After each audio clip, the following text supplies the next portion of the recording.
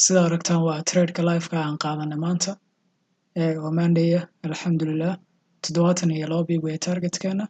27 pip way asalkeena already sida aragtaan hadda trade-kan wuxuu noo wadaa ilaa 42 pip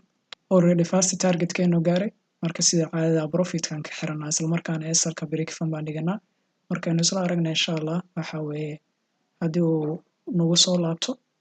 waan wax problem lahayn maadaama already profit uu noogu xiran yahay khasaarana aan gelino break even uu noo yaalo hadduu full target na siiyo ilaahaga laga qaaday meesha aan rabnaana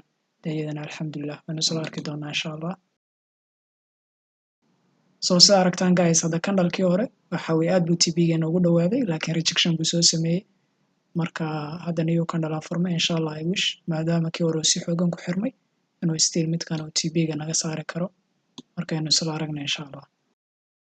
so alxamdulillah anagoo wiigii hore oo dhan every day waxa weeye wangareynayna trade-yadana asbuucanna mar kale saasuu noogu bilowday qof kasta oo dhalinyaro oo suuqa ku jiro muuqaalkan uu soo gaarayana adina sidaas lamid ah ku rajeynaya insha Allah bro inaad trade-yadaada ku guuleystid waxa weeye mataqaanaa kole profit joogta ma jirayo ma fahamsan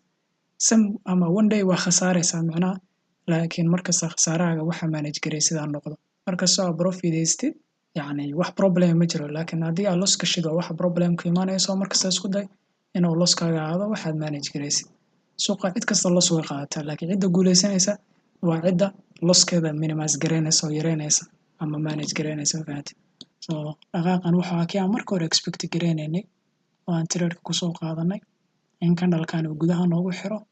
gaabkiina waa la joogaa din waxa weeye the next one inuu retest noo sameeyo xaggan kasoo baagareyno marka candle-kana dhaqaaq xoogaa yari sameeyo xagguu ku xirmay and then markii retestiga la sameeyeyba xaggaasaan ka baagaraynay because you see hadda marka sida quruxda badan oo suuqa u dhaqaaqayo ma fahamtid alxamdulillah so aan isla aragnay insha Allah hal mar candle-kaas oo haygiisa la qaado waayo runtii 5-ka xitaa si yari riski uu ku xirmay oo 5-ka naftirkiisa ma qurux badna sida uu ku xiray marka laakiin waan arkaynaa insha Allah maadaama gaabkeena nalaga soo falgarayay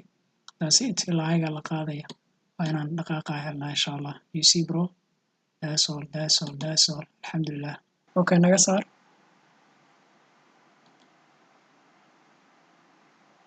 I wish inaan si fiican u arkaysa inta hadda kuu sheegay so that's all live-kana maanta intaas ku egya khayr badan baa inii rajeynaya nabadgelyo